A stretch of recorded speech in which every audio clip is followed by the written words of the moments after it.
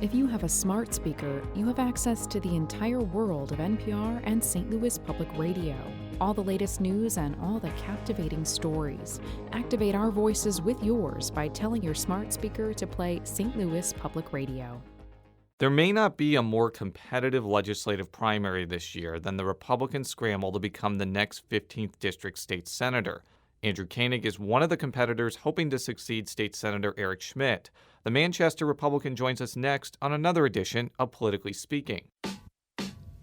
9, 8, 7, 6, 5, 4, 3, 2, 1.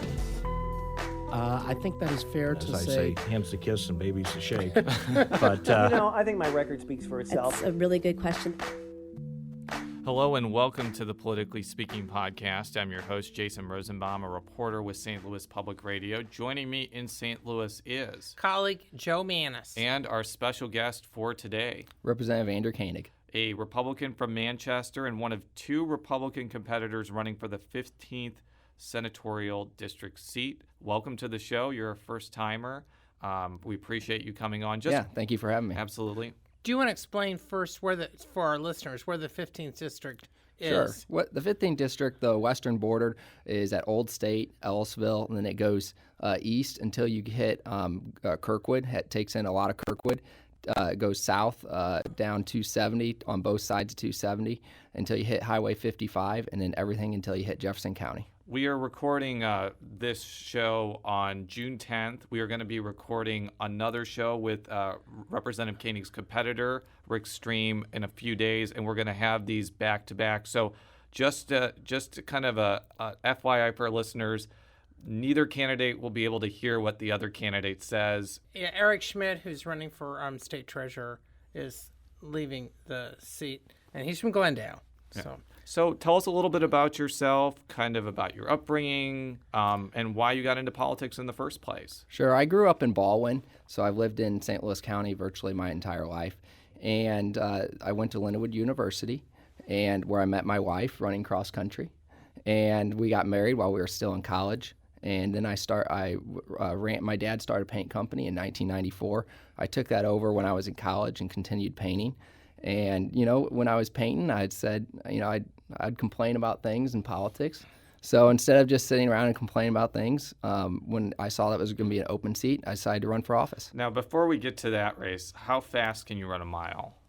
I ran at Lindenwood University. We ran cross country, so it was a 5 mile. So I ran about a 30-minute 5 mile. That's pretty good. Yeah, no, that is pretty good. In fact, not only is that pretty good, that's like exceptionally good. Just for comparison's sake, I can run a 5K, which is about 3 miles in about 24 minutes. So that means you're averaging about 5-6 minutes a mile. Right. Yeah, and there'd be times where I'd get under that 30 minutes. Wow. Are you the fastest man in the Missouri legislature? I don't know. Probably not now. We have 5 kids. We do foster care. We have 3 of our own, and running a small business and running for office, I really don't have much time for running these days. Although you'd probably run a lot around the house with 5 kids. Yes, yeah, we have twin babies. Oh wow! And my oldest is 10. Okay, so wow, I only have 1 kid, so having 5 is probably 1 kid times a and million. I've also been very fortunate. Mm-hmm. My wife homeschools our kids, so that way they can travel with me to Jeff City. Yeah. And so, a lot of the legislatures, they're away from their families, but I'm very fortunate that I get to stay close to them. Oh, really? So your family stays in Jeff City during the session? Yes. So do you rent a house or? Yeah, we rent a farmhouse. Yeah. So it's an experience, great. Considering my wife is more of a city woman, and so the farmhouse was a little bit out there for her, going on a gravel road. Yeah. Do you have pigs and chickens or ostriches or buffalo or anything? Well, we don't have any farm animals. We just rent the house. I know. Yeah. I was being a bit facetious, but I was being very facetious. So in 2008, who was vacating the seat? First of all, who held the seat before you ran for? Neil St. Ange. Neil St. Ange. Okay. For a while, he was the most famous politician from Ellisville until Adam Paul got impeached, as I like to joke. So that was a multi-candidate primary, and one of the candidates who you were running against was Shamed Dogan, who at the time was a former aide to Senator Talent. He had a lot of endorsements. I think he probably had raised more money than you, but you ended up defeating him in that contest. Tell us a little bit about that race, because it was a pretty interesting one. Yeah, he outspent me 4-1. But what my wife and I did is we knocked on doors every night for a year. And, when you have that personal touch and you talk to someone one-on-one, there's a good chance that they're going to support you. Now, as our listeners probably know, because he's been on the podcast before, Shamed Dogan became Representative Dogan in 2014. What is your relationship like? I'm just curious, given that you ran against each other, but you now serve together. This has happened a few times, and oftentimes when people aren't in the same district anymore, the tensions kind of subside. Is that basically what's happened here? Yeah, I would say that's happened. What we had is redistricting. And so Scharnhorst was being termed out, and then Shamed ran for that. And, yeah, I'm on good terms with him. Well, that's good to hear. That's good to hear. So you were in your final year in the Missouri House.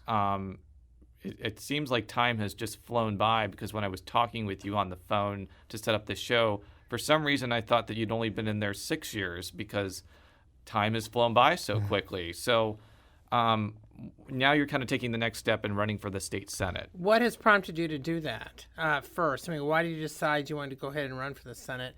And is there anything that you're taking away from the House as you run for the Senate? I mean, as far as lessons. Well, what I think we need in the Senate is we need constitutional conservatives who stand up for limited government, and I think I'm the right person for that job. I've proven myself to be a conservative. I want to cut out corporate welfare.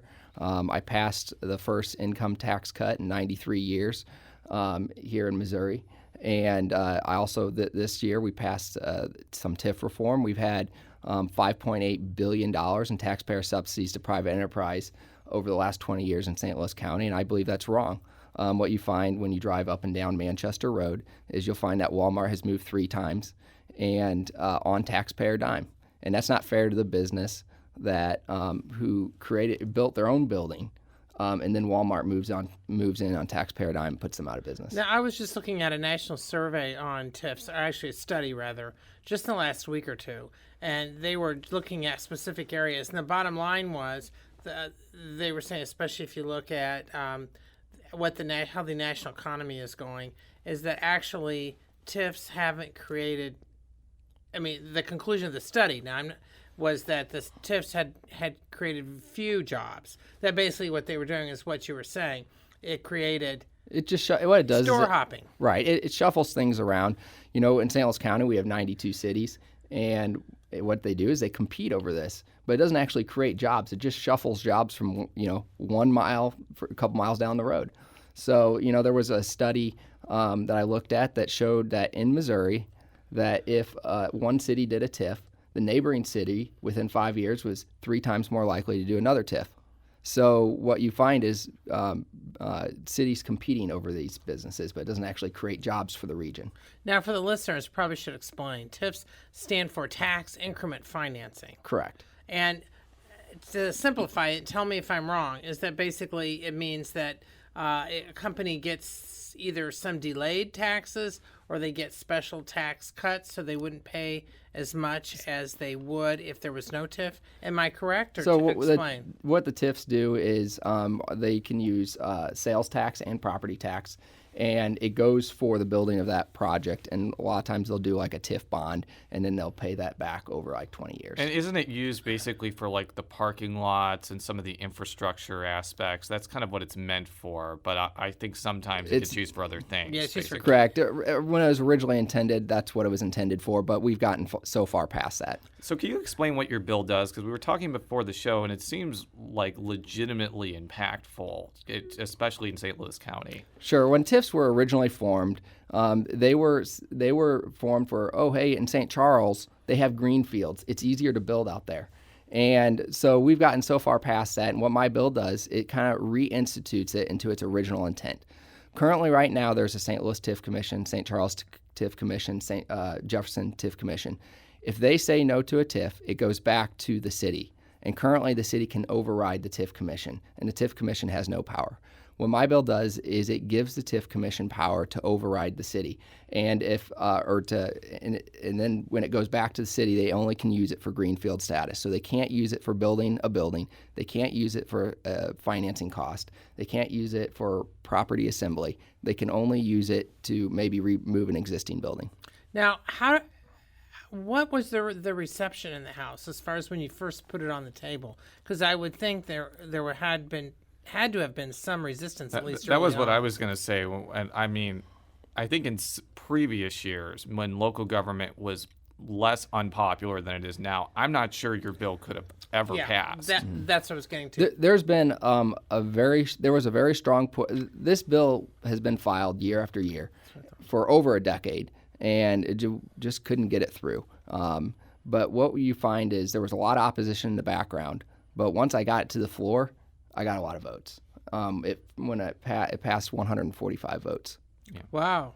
Yeah, and I think the final version passed by less because some of Yes. the Democrats didn't end up voting for it, but it was Correct. still with a veto-proof majority. And, I can't read the governor's mind, but he typically is not as receptive to the concerns of local government than maybe other people. I wouldn't be surprised if he signed it into law. So, we'll have to see. Because I know you and the governor disagree on many things, but he has been an advocate of curbing or eliminating many of the state special tax breaks for corporations too. Yeah, I think conservatives and some liberals can agree on this issue that corporate welfare is bad. Now, where we disagree is I believe that we should have low taxes. I want to cut the corporate welfare so we can cut taxes, where the liberals might say we want to cut the corporate welfare so we can have more government spending. You mentioned that you were the sponsor of the 2014 tax cut Yes. that Yes, actually yeah. was overridden, not the 2013 one that wasn't. Correct. I think that was considered like the 2013 tax cut, which did not get overridden. I think was criticized for having a lot of flaws in it from a legislative writing perspective. 2014 one was criticized by the governor, but Right. it seemed a little bit less so. Would you say that's correct, Jeff? Yeah, Chris Koster, who's the likely Democratic nominee for governor, had not opposed the 2014 cut. So just kind of explain what it did and kind of how it got passed. So what it did is it cut Missouri's income tax from 6% down to 5.5%, and it's going to be phased in over 5 years. And one of the big differences was the trigger. Right. We have a trigger in there where during the phase-in, it only gets triggered if we have $150 million increase in state revenue. So you're kind of cutting the growth of government. Yeah, so if you start having years like we had in 2009 and 2010, the tax cut would not get triggered. Right. Correct. And we are in a situation where it's almost like we have a Midwest tax revolt. You have Tennessee that has no income tax. You have Kansas that drastically cut their income tax. Oklahoma has been cutting their income tax for a number of years. So in order to compete along our borders, Missouri had to follow suit and cut our taxes. Now, does it make it a weaker argument because Kansas's economic problems have been exacerbated since they cut their taxes by the amount they did? And some have been pointing to Oklahoma as well, saying that they've had to rely so much on oil revenue and other things. And now that they're having trouble with fracking and the higher earthquakes that some say are caused by that, does that, when you're making the argument as far as tax cuts, have the Republicans found it more difficult especially because of what's going on in Kansas? Well, one thing that I would consider is ours was done much more responsibly. Theirs was just like a hatchet. What we wanted to do is we wanted to cut the growth. And so, if state revenues don't go up, then the tax cuts don't get implemented. So we did it much differently, I think much more responsibly than what Kansas did. So how do you think this is actually going to affect ordinary people? Because on the face of it, when 6 to 5.5%, I don't know how much that's going to save an average Missourian, because pretty much the average Missourian pays the same tax if they make over $9,000 a year. How do you think this is going to benefit people, especially when you consider that if there's less money going into the state, there may be less money for programs, essentially? Well, what I would say is, we need to cut a lot of those tax credits too. We have nearly $600 million Correct. in corporate transferable tax credits, and I'm totally opposed to that, and I'm totally against that. So if we're in a position where we think the state needs more revenue, what we need to do is cut that. Now, if you're in the Senate, would you? I mean, the Senate's often been the burial ground for efforts to reduce the tax credits. Several years they've gotten through the House, got stopped, blocked in the Senate. If you were in the Senate, would this be one of the issues you'd be pressing, or I'm just interested in your take on this? Yes, the corporate welfare, whether it's TIF or the transferable tax credits, would be my top priority for sure, cutting out the corporate welfare. Now, as you're campaigning, I mean, what do people talk about? Do they talk about this or do they talk about other things? This is something that people do talk about when I knock on doors. When I tell them that St. Louis County has spent $5.8 billion in taxpayer subsidies, or that we have these tax credits that are transferable so someone can not have a tax liability and then they can sell it to another business for, 80% on the dollar, people are outraged by it. Now, I wanted to talk about another issue that I think has corresponded with your tenure in the Missouri House, and that's Medicaid. The Governor Jay Nixon is leaving office after early January. I think from the beginning of his tenure up until now, he has pushed for an expansion in eligibility to Medicaid in different ways.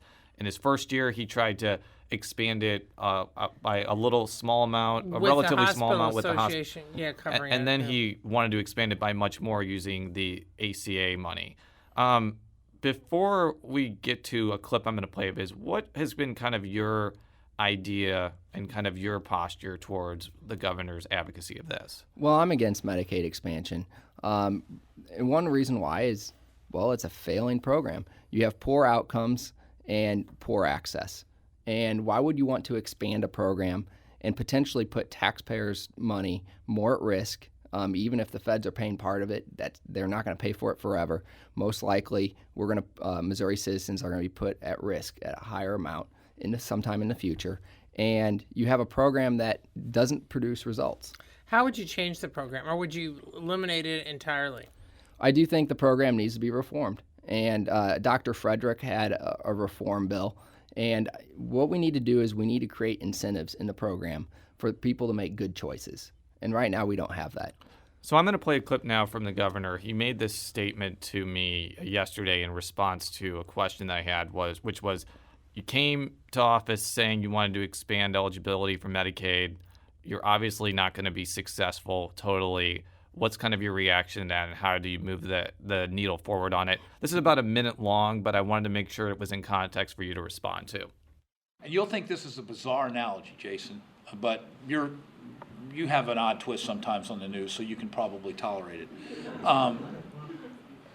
Yesterday, the Missouri Highway and Transportation Department voted to move forward on a project that the city of Washington has been working on probably for 20 years. Building a new bridge across the Missouri at Washington, Missouri. This year, we also made the necessary steps forward to get a new bridge, one we had to close last year for traffic for a while in Louisiana, Missouri. Two significant pieces. A big part of the dollars that will ultimately pay for both those projects are gas tax money paid for by Missourians that went to the federal government. I wish we could be as equally non-political about drawing down monies to help human beings as we can to help 18-wheelers and people getting across rivers, okay? So I have to admit, when he prefaced that about a bizarre analogy, I thought he was going to make a professional wrestling analogy, but I actually don't think that's that bizarre of an analogy, because I don't think he's ever made that argument before. And I think what he's basically saying is a lot of Republicans are very happy when transportation projects get done with federal money. Why shouldn't Republicans leap at the opportunity to get federal money to expand Medicaid? What's kind of your response to that?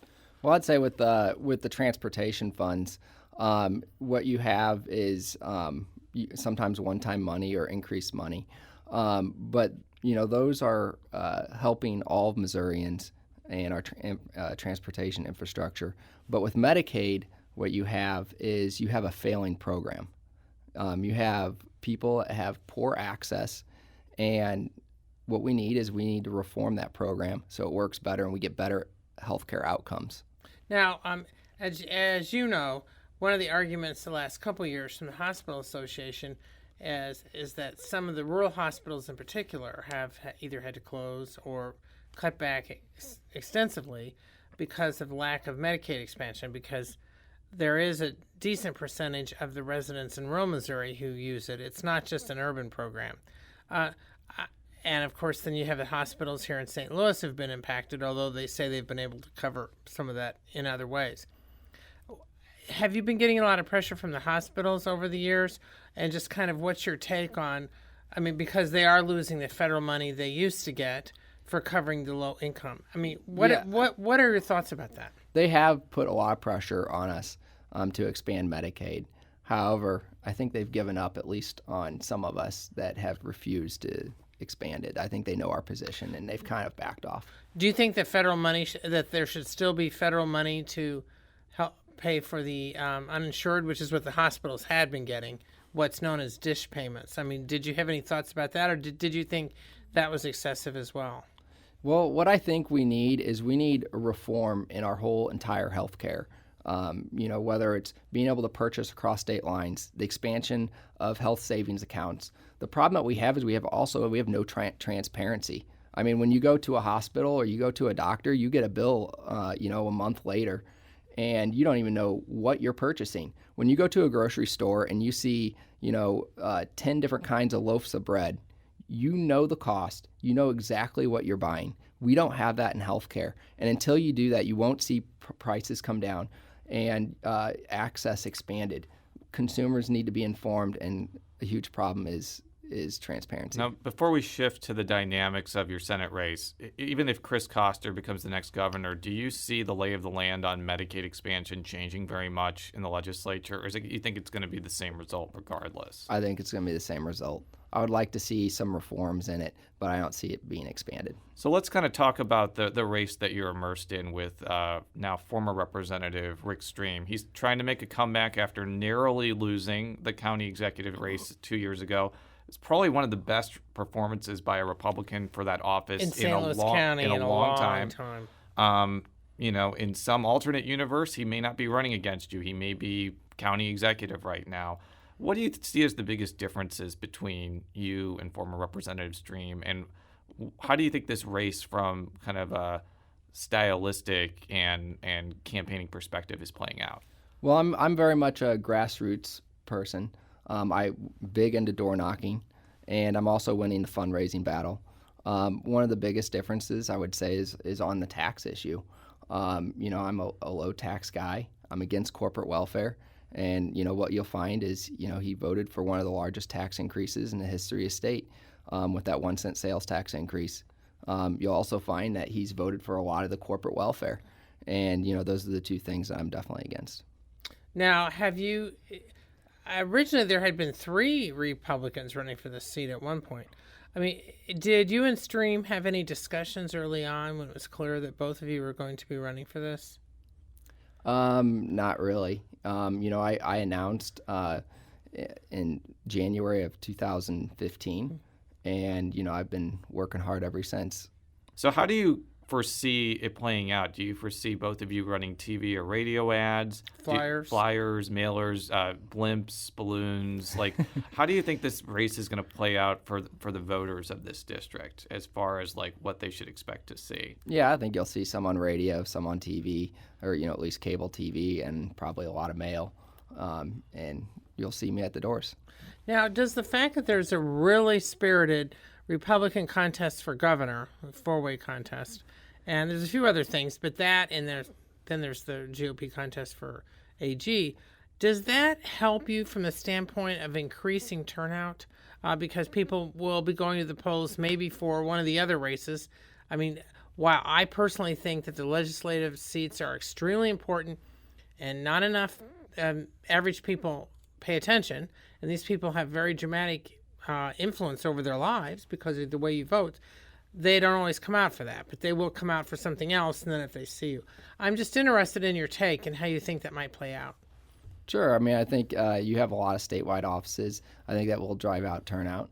And I think probably the last week, people will probably be sick of political ads. I was going to say, the governor ads just started. This is the week of June 10th. All 4 candidates have ads right now. Are you supporting anybody in that race, or are you just basically focusing on your own? I'm mainly focusing on my own, but I do like Bruner. Bruner, okay. Is there something particular common Is there a commonality between the two of you on either like business issues or whatever that has caused you to? Yeah, I mean, I'm a small favor business him? owner. He's a business owner.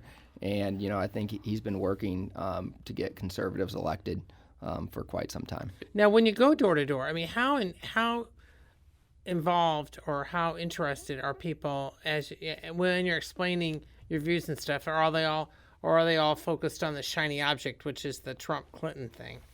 Certainly that gets brought up a lot, but I try to focus on issues that are in the legislature that would affect them. Do you think that average voters separate the two? Because oftentimes, like, you hear either Republicans or Democrats saying, "Oh, I'm just so angry at Washington. All the politicians there are just horrible." Do you get a sense that maybe sometimes they conflate what's happening in D.C. with what's happening in Jefferson City? I mean, there are problems in Jefferson City, obviously, but do you get that a lot? Yeah, sometimes that does happen. I mean, it doesn't happen all the time. Maybe 25, 30% of the time people will equate us or think that we work in D.C. Or, they want us to change something with, Social Security. In D.C. would cost a lot more than what you're paying now, but go ahead. Than your barn house, but continue. Yeah, sure. I mean, we get issues, about Social Security, and we're like, no, that's actually a federal issue. We don't deal with Social Security. Federal issues get brought up all the time. I mean, how do you think the presidential contest, do you think there's going to be much of a trickle down? People talk about that all the time, and I'm not sure how much there really is. But in this case, because there's been so much attention lately to Trump, how do you think that will that affect your race at all, do you think? I don't think it would affect my race because we're voting in August, not in November. Well, but I meant in November, assuming you win the primary, let's say. Yeah, I mean, I would say there will be a trickle down.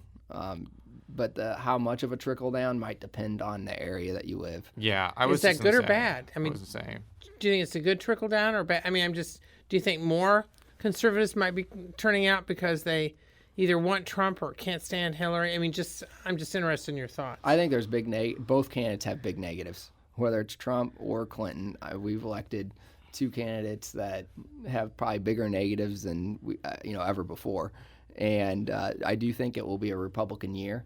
But, I think there's negatives on both sides. I was just going to say, I think Joe and I actually agree on this point because even though Trump has done some very provocative things, and that's putting it mildly, I haven't really seen much evidence, like polling, that Clinton is going to win Missouri. And if there's not that evidence there, then the National Democratic Party is not going to pour a lot of resources in to win a state that she doesn't need to win in order to become president. Right. So if that occurs and he ends up winning the state by 5 to 10 percentage points, you could make an argument that Trump could be very helpful to Republicans in Missouri, even when he's unhelpful to, say, Republicans in Illinois or Florida or Ohio or something like that. Exactly. We're gonna have to see how this plays out because there's another scenario where he just bombs completely, only wins Missouri by like a 0.5 percentage point, and that probably would hurt the Republicans, I would say. But again, we're just going to have to see what happens. Yes, I mean, yeah, I don't see the Democrats pouring money into Missouri to try to get Clinton elected here. So yeah, the effects will be a lot less in Missouri than other states. I think that their focus will be on trying to get Coster elected, and to some extent getting Kander elected. Now, do you think of course, we don't know. It could be Governor Kinder or Governor Bruner. But if it's Coster, how do you envision the General Assembly, which is going to remain overwhelming Republican regardless? How do you do you think the relationship will be similar or different to the way it is now with Governor Nixon? Well, I would hope that he would come to the table, and I'd hope that would be better than we've had with Nixon. But we'll see what happens. Are you a proponent of right to work? First of all, I am. Yes. So if, for example, Kinder or Bruner become governor, how fast do you expect the legislature to pass that in 2017? Well, I think what you find is you find that right-to-work states and states that don't have an income tax happen to be the states that are creating jobs and prospering. So I would think that it would definitely be a priority. There is kind of this assumption that, again, if a Republican wins the governorship, they're going to try to pass that maybe in the first 3 or 4 months of their governorship. They will probably PQ it in the Senate. I mean, they're going to have to. There's no other way to do it. And since you don't have to override a veto anymore, it's kind of faded. That's why the governor's race this time is so important, especially if you pay a lot of attention to that issue. For both sides. For both sides. If Koster wins, you're going to have to try to override a veto. And obviously, when you tried to do that, I think last year, it was very difficult to do in the House. So yeah, I think it would probably remain difficult in the House, but it'll probably be tried. And we will have to see. Yeah. So is there any other particular issues that you're hearing as you go door to door that you are going to make one of your top priorities if you're elected? Well, definitely, I'm very much pro-life. Every year I file a pro-life bill, whether it's the selling of baby body parts or, I think that when you look at the evidence, when you look at an ultrasound, you see that life does exist in the womb. Science tells us this. They teach it in universities. And so that's definitely a priority of mine, is eliminating or limiting abortions. I mean, I think year or two, I think Republicans put forth an abortion restriction. How much further can they really go as far as putting restrictions on that practice? Because it seems like it's they've done some big things over the years, and now they're kind of going into more incremental until they can't really ban it because of Roe versus Wade. How much further can you really go? Although some states are doing that and trying to hope for a case before the Supreme Court. How do you see that? Do you think that Missouri should be one of those states, or how would you deal with this? Well, I think it would depend on, what Supreme Court justices get appointed to the Supreme Court. If you get a few more conservative or anti-abortion judges, then sure, I think it should be relitigated. We have a lot more technology today than we did back in the 60s and the 70s, and I think the evidence is there that life does exist in the womb. Well, we'll have to see. That'll obviously depend on who becomes the next president, and even if Trump becomes president, there are some conservatives who don't really trust him on that issue, so we'll have to just see. But we appreciate you coming in. We'll be watching your race very closely. Yes. For all of our stories, stlpublicradio.org. You can follow me on Twitter at jrosenbaum. You can follow Joe on Twitter at Mannies. That's JMannies. And do you happen to be on Twitter? Yes, Koenig for Missouri and www.electandrewkoenig.com. Now, the big question, is it for FOR or for the number 4? It's the number 4. Oh, that's an important distinction. Some go with for the and some go with for the number. We're just descending into wackiness here. Until next time, so long.